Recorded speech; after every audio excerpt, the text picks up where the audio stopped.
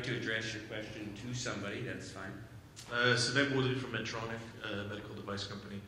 My question goes to Mr. Tipler. You mentioned that government doesn't do a very good job of choosing winners and losers, but your suggestion is to increase funding that the government could do to new products. So how would you see government being able to create a program, either through the NRC or otherwise, that would be successful in investing in these technologies? I'm not exactly sure what the format of and who would actually run it, but certainly there is a need, at the moment, as I said earlier, if a company has a problem with a product that they're trying to develop, have to go back and do some fundamental research. It has to be tied in with an academic institution. So is there a way to tie into some of these research funding by the federal or provincial governments that allows them to do that research funding on their own?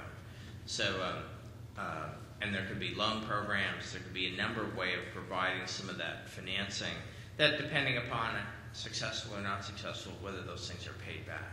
But at the moment, that stuff is just not available, and to help move things forward. And it really comes down to the whole point of, we talk about C-level funding in Canada tends to be at a very low level, and we are not as successful building those companies because we haven't put enough money into them. And generally, when I talk to like people at the Ministry of Research and Innovation, they tend to say, we don't want to put money into those kinds of companies because we don't want to pick a winner or loser. But there needs to be that opportunity. Peter, you got it.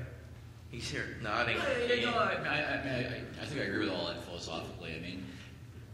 I think there are ways for government to put more direct, capital to work. And I think we're starting to see some of that. The Ontario Venture Capital Fund, which is really a fund where the government is leveraging corporate capital and its own capital to put more money into the hands of managers who do know how to pick winners, I think is one strategy. And I think we're seeing that strategy deployed across the country. Quebec has announced the Tandem Fund, an $800 million fund to fund. BC has announced the Renaissance Fund, a $100 million fund. And Alberta has just recently announced Alberta Enterprise Corporation, another $100 million fund to fund. So I think those kind of initiatives where third-party managers who are deep in domain expertise, who understand the space, and have strategies around funding those kind of companies, and where the government's leverage that, I think those are ways for them to do it directly, but not yet having to be in the awkward position of choosing winners and losers. Another question over here. Microphone, please. Over here. Thank you. This is probably for both Cy and or Robert. Two questions. One, the definition of value, I think, is huge in looking at innovation and financing. I think the challenge when we're researching is we're looking at value for large groups.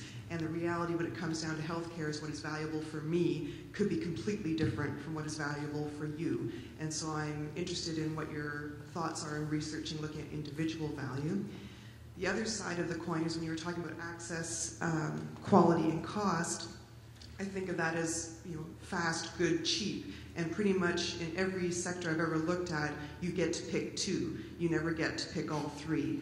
And I'm curious how you see trying to get all three into the mix in terms of innovation and financing. I'd be interested to hear your thoughts. Yeah, that three-part dilemma, as it were, trilemma, is something that I think economists have wished on the industry, and it really is quite misleading.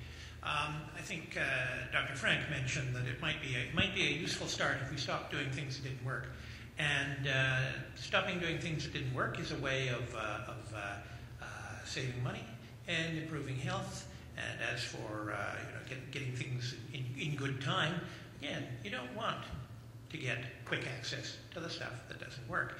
And so you can't have all three of fast, good, cheap is a way of saying we're going to evade the whole question of whether what we're doing actually works or doesn't. It presumes that everything that's going on is worthwhile, and that we just have to decide which two of these three we're going to take. That's just wrong. But it's one that economists have, I think, confused people in particularly North America, for quite a long time.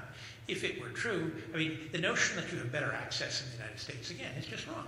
What you do is you dump out a substantial chunk of your population and say they're not going to get access, full stop. And we look at the fact that people with very good insurance or very good wallets can get quick access in the United States. And you say, oh yeah, right, they got to do much better on access than we do. You know, they don't. They just dump a whole lot of people out.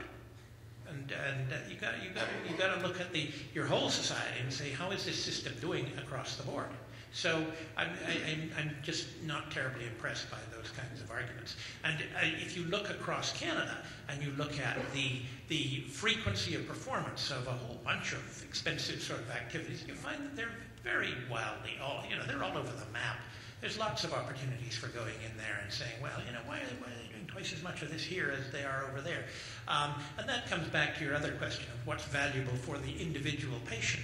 Look, the whole point about evidence and evidence-informed healthcare, evidence-informed medicine, is that there are pretty well understood ways of figuring out what things work and what things don't. And if you happen to be an individual who is really thoroughly convinced that although all the evidence says this stuff is not good for you and will probably do you harm, nevertheless you yourself really feel that this is just important and you want it, I'm not terribly concerned about building a system that will make sure that you get that. Yes, Matt?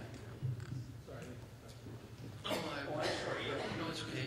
Yeah, I'll just briefly say that I think that it is important to define value at as individual a level as we can by informing decisions bottom up, not just at a system level, because I think we've been doing that too long. I think we do need to build what I'll call registries or databases that inform what works, that adds value in a positive way to outcomes. It is measurable.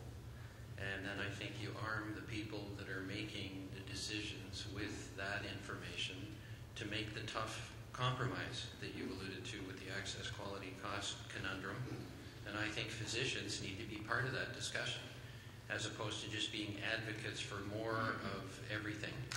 They would become managers of the system if you gave them the evidence of, well, they get this much benefit or for a certain amount of money, and there's got to be a threshold there beyond which, it's not worth it.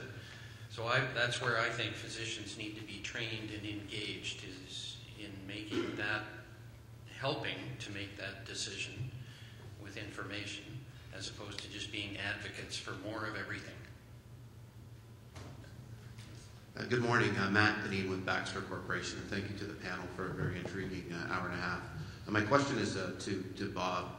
Very intrigued by the closed-loop system and the flow of money in healthcare as you presented. My question is around how government stimulus or targeted government stimulus by way of, say, ER wait time strategies, or in Ontario there was 5 interventions introduced about 3 years ago, such as ophthalmology, cardiovascular, etc. How those types of very targeted and arguably micro interventions either help or hinder the bigger problems that you've talked about in your presentation. Well, first of all, if those interventions take the form of adding funding through say the upper right hand of that loop, what you're doing is you're saying, okay, governments will be pumping more money through the upper branch down to the lower right, and they will be getting that money through the upper left. In other words, if you're going to talk about government intervention or anybody's intervention, if you're putting more money into the system and flowing it around the loop, it's going to turn up at every point on the loop. Has to can't disappear and go to Mars. Then the question really is, when you do that, as you put more money in, do you mobilize more resources down on the lower right and therefore increase the numbers of your strategically targeted surgical procedures, or do you take the resources away from other activities so that you wind up with a different mix of surgical activities rather than an overall increase? And then both of the, either of those possibilities then has to be seen against the question of, again, the value for money. Were these in fact the critical areas? Now you mentioned the ophthalmological. The rate of introduction of artificial lenses has gone up enormously in the last 10 years. It just the curve is practically standing on its tail. A lot of those have been enormously beneficial. There is, however, data has been out now for several years suggesting that as the frequency of performance of the procedure goes up, ophthalmologists are moving farther and farther up the list of visual acuity, which figures. I mean, if the system is rational, you first supply the procedure to the people whose eyes are in the worst shape, right? As you do more of them, you take people farther up the list, as it were. But there are risks associated with all surgeries. One of our former dean of medicine once answered the question, what's the difference between major and minor surgery? And Bill Weber said, well, that's easy. Minor surgery is done on someone else. So as you increase your frequency of intervention, you change the risk-benefit trade-off, because you are now giving people smaller and smaller benefits at the margin as you are doing more of these procedures, but the risks stay the same. So those are the kinds of questions you have to ask when you decide to sort of launch programs to make significant changes in your or significantly increase your hot button surgical activities. Does that help? Again, it comes down to do not mechanically assume that the intervention necessarily does some good. It may. It often does. It usually does. But it's not a given. Yeah. Thank you. Wonderful discussion so far. I don't know how I turn this on. There we are. Dr. Evans and Dr. Frank, without looking at each other, tell me, what percentage of GDP spending on health care is right? Isn't right. Is right. Is right. Yeah. You go ahead. I'm not looking at him. I'm blind in that eye. No, I won't, because I know too much about how you compute GDP. I don't know anything like as much as some of my colleagues at Stats Canada, but I do know something about it, and it's not, that's really not a meaningful statement, a meaningful question, and so I'm not going to give it a meaningless answer. What I do know is that when you look at countries that spend radically different amounts, such as Canada and the United States, or France and the United States, or Germany and the United States, or whatever. I do know that when you look at those, you can do some very interesting things about disaggregating the numbers and seeing whether they're getting value for money or not. But I think what Sai and I would agree on, sounded like we agree on, is the central question is the value for money. If you can actually produce the value for money, there's nothing wrong with spending more of your GDP on healthcare. I'm interested in the last comment that Mr. Tipler made about accessing funds without requiring partnerships. So I'm from academia, and I'm wondering what the benefit is in not requiring partnerships. And so I'd like you to comment, Mr. Tipler, and then maybe hear from one of the academics on the panel about their opinion on that. I mean, the real issue here is just, part of it is efficiency. I mean, if you're in a small company, you're working on an issue at the moment to access some of the funds from the various government programs, they're all meant to be in partnership, or they're paid into the research institute or the academia. And so the issue is you do have qualified scientists in these companies to be able to access funding to do it on their own without having to deal with some of that overhead that goes with the other programs. So one, it's streamlined, it allows them to be focused, and it gives us some direct access to cash and be able to control the program. So that's really what the thought process is. It's not my perspective of trying to take academia out of that picture. To me, on one side, I can see why they want it done. They prefer that so that you make sure you have the scientific rigor within the various different programs. But many of the scientists that are in these companies, have carried through from their programs when they were in those institutions. So it's access to money to do more than just fundamental research. Because if you get into applied, a lot of that money is not available. And it's more of a case, too, of from perspective of trying to provide more dollars to the companies to be able to move their programs along before we bring in outside investors. You know, given the example I gave in the U.S., we have companies. We just had a recent situation, and this came out of a client of mine, that they went and tried to get some funding out of the provincial government for a given project. Somebody made a phone call into NIH. NIH picked it up that morning, agreed to provide funding the next day to work their way through a clinical program for them with regard to H1N1. I mean, NIH would pick stuff up out of Canada quickly and move it forward. We don't have that kind of access to money, and that was in a company. That's really what the benefit is. Moving it quicker, moving at the speed of what companies need to move. Good morning. My name is Margaret Steele, and I'm a physician at the Schulich School of Medicine and Dentistry at Western. So my question is specific to Dr. Frank, and you've mentioned several times about the importance of engaging physicians. And I just wondered if you could comment a little bit more about how best to engage medical students and residents in healthcare financing. My sense is you have to be an orthopedic surgeon in part.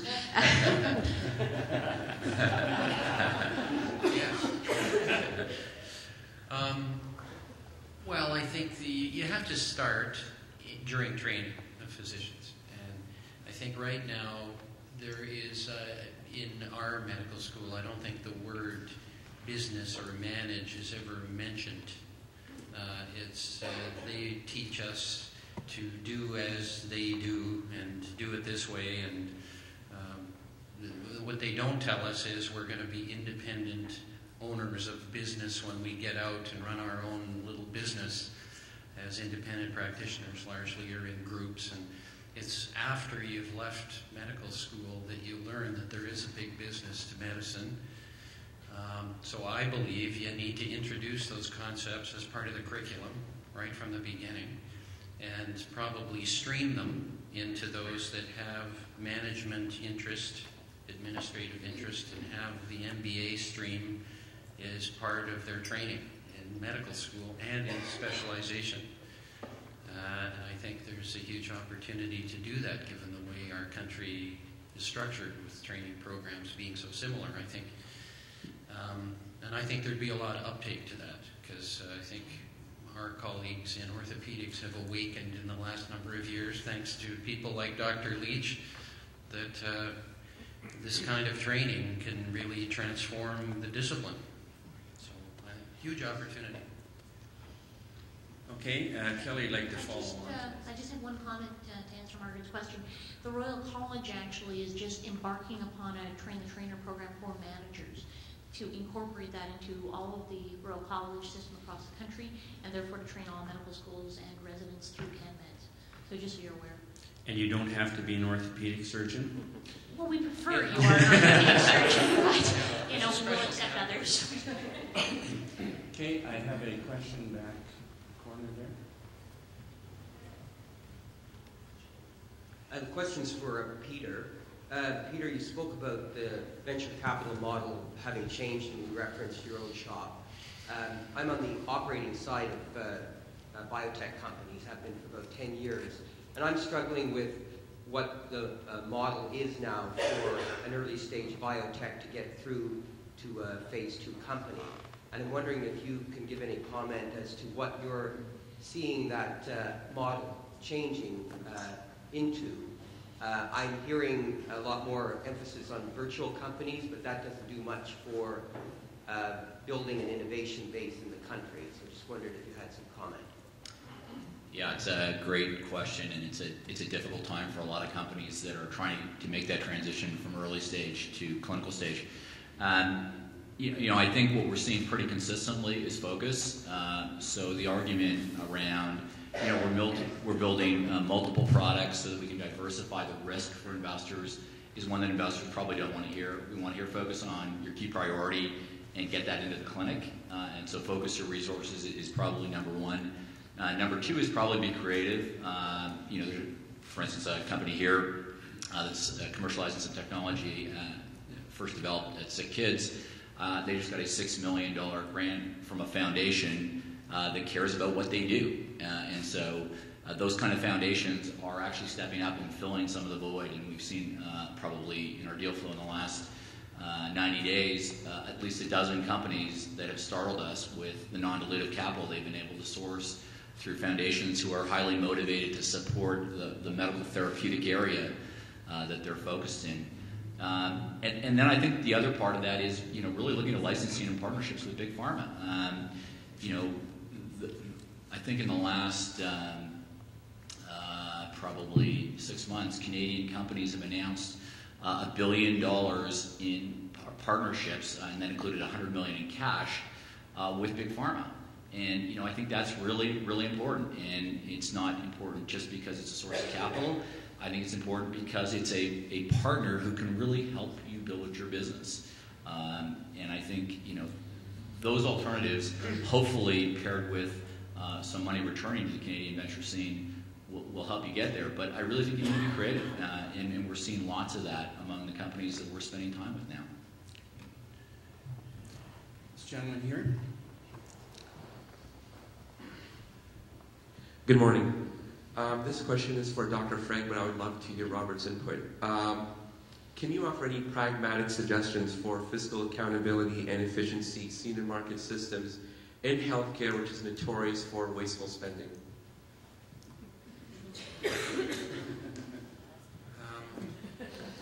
Yes.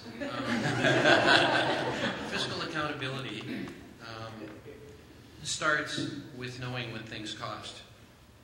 And right now, we can't say what anything costs.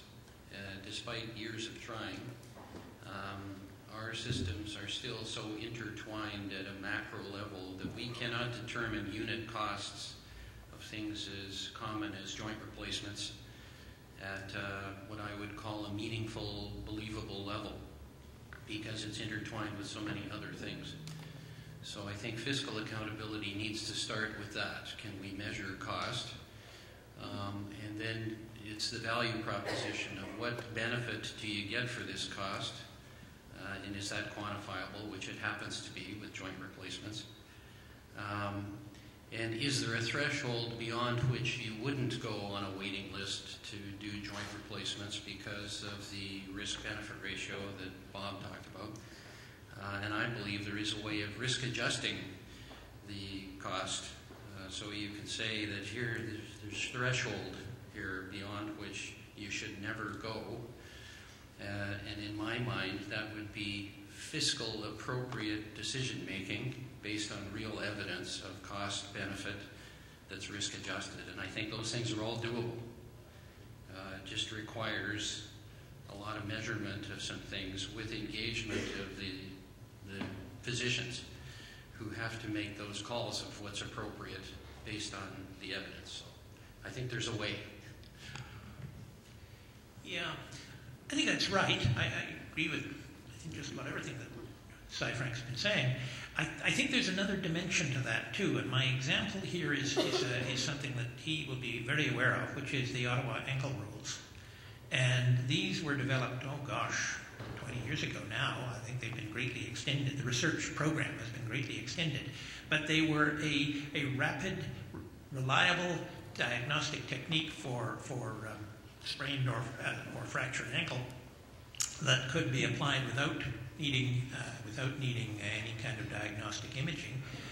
They were the subject of an editorial of praise in the Journal of the American Medical Association when they were published. They seem to be just a real success story developed at the Ottawa Hospital. A few years ago, the group went out and surveyed emergency room physicians to see if they were using them and if they were using them correctly. And the answer was, no, they weren't. That they were all, the sort of reaction you got from ER physicians was, these are a great idea, this is a great initiative, and yes, indeed, and we do it, we follow them religiously. And then when you found out, asked a few questions, you find they didn't understand them and didn't use them. And so it's a matter not just of having the measurements, absolutely critical, I agree with Cy on that. But at some point, there has to be a pointy end that says, doctor, you got to do this. And if you don't, there will be consequences. Okay, so we have, I already have sort of a backlog of 3 questions, so I'm going to put, those will be the last 3 questions. First over here.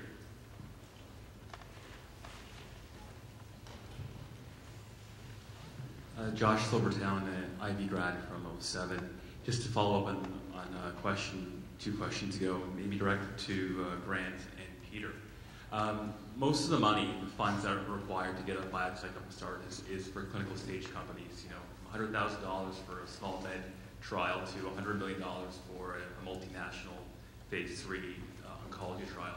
And one model I'm seeing to fund these types of trials, which is in the States, is coming from CROs, the clinical research organizations, who are sort of spinning off this venture group within these organizations to engage in risk sharing or equity sharing. So service for equity. So instead of paying $10 million for phase 1 or phase 2, they are providing the services for an equity share. And I wonder if that's a model that can maybe be fostered in Canada to help support the early clinical stage companies who don't have the cash. Well, the only comment I would say at the moment when it comes to clinical trials, most of the clinical trials are now operated by some of the large multinationals, so it would be part of the same groups that would be funding that. One of the things I tend to think about right away is a conflict of interest. If you have your clinical trial company having an equity interest and wanting a output of that would scare the hell out of me. Because, I'm going to get upside if I answer the right question the right way. So, to me, I think that's a bit of an issue, and I have not run into it, but that's just an immediate comment. Yeah, I agree with the conflict issue, and certainly when we look at those kind of companies as they come into the next stage, we certainly worry about, has the data been what we thought it would be, and did it come out that it would be. Even with that model, though, the CROs are typically only putting up the services part of the equation, and you still need to pay all the other stakeholders in the clinical trial process, whether it's the physicians or the hospitals or whatever. And so, leverage on that is there, but it's not huge, and you still have to be able to fund your company at some fundamental level, because certainly the CRO is not writing typically cash checks, or not a lot of cash checks for the other parts of how that clinical program is going to be run. Okay, the lady at the table at the back there. Thank you. Good morning. Pamela Freilich, President and CEO of the Canadian Healthcare Association. I have a question for Drs. Frank and Evans, and wanted to pick up on one of the more provocative things that you have talked to, at least the things that I hear a lot about in the health arena, and that is the role of physicians. And each of you spoke to the issue, but perhaps from different perspectives. I guess I hear a lot in the field that physicians are in fact a barrier to resolving some of the financing issues of the health system. So more than a question, I'd like to give each of you an opportunity in these dying moments of the dialogue to expand a little bit. What exactly would you see as the role of the physician in managing the financing of the health system? Well, I'll take the position that if physicians were properly trained in cost containment measures, then they were incented to be managers of the system, which they are not right now in any way. They're not informed, and they're not trained, and they're not brought up to date with real numbers, as we just alluded to with the cost benefit of various things. I believe they could easily be brought on board as co-managers of our system, both at an individual level, but in groups and in departments and larger organizations. I think there would be huge buy-in, as opposed to my current interpretation is there's a bit of an adversarial relationship where physicians are blamed for the failure of our system and its cost overruns. To me, it's ridiculous to be blaming people that are getting 14 or 15 cents on the dollar for how they're spending 74 cents on the dollar. And if people think that's the formula to get them to comply by blaming and whipping, it's not wise from a business perspective. They're the people that you want on your side saying, look, we got to work together to solve this. And if they were better trained, I think they would do so. Yeah, I think that 14 cent as against 74 cent is a very important ratio. That what creates problems of cost is not so much what physicians earn, but what they do. And I think the other thing that's critical in size response is the notion of co-management. My understanding is that the more successful components of the American system, I'm thinking of Seattle Group Health or of Kaiser, do operate specifically on a co-management model. As far as getting any kinds of reforms through, or any kinds of improvements in the system in the teeth of physician opposition, it's not going to happen. Their position in the system is far too important to be able to just override them. So you are going to have to engage them, and probably the engagement for most of them is not going to be primarily one of finance. I used the word incent. There's something inconsistent there with paying people to do what they're supposed to do anyway, and what as professionals they started out wanting to do.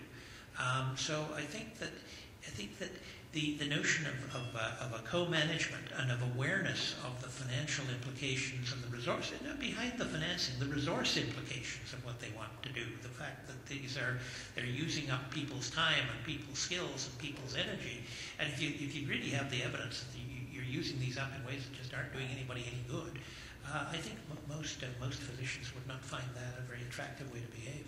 That may be overly naive on my part, but I guess I'm taking the reverse. Many of you may have run across Nye Bevan's comment. Nye Bevan was the founder of the British National Health Service. You want to send a message to doctors? Write it on a check. Certainly. So point of clarification. When I use the word incent, I don't imply money. In fact, there are a lot of non-monetary incentives, quality of life, good information, to know you're doing a good job, positive feedback about you're having the benefit that you want to have there. And we're actually doing a little pilot study on that right now with doctors and nurses. And they care actually more about those other, what you'd call softer things, than they do about their paycheck.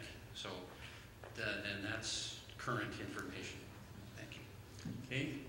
No pressure. This is the last question. My name's Lucy Brunn. I'm a partner with Agnew Peckham Healthcare Consultants, and very proud that I'm probably the oldest Ivy grad in the room, MBA 83. So my question is on a topic that hasn't been covered yet, related to capital financing. And I'm just wondering, Peter and Grant, whether you can comment on the impact on innovation of public-private partnerships over the last few years on capital redevelopment and acquisition. To be quite honest, I probably don't have a view that would give you a cogent answer, so I'm going to probably back away from that question. Gee, thanks. And actually, in my role, I don't do a lot of public-private partnership funding, so I really can't comment to any great extent on that piece of the puzzle. Certainly, when you look at some of those projects, the dollars required can be large, and they do require some, unique ways of bringing that together.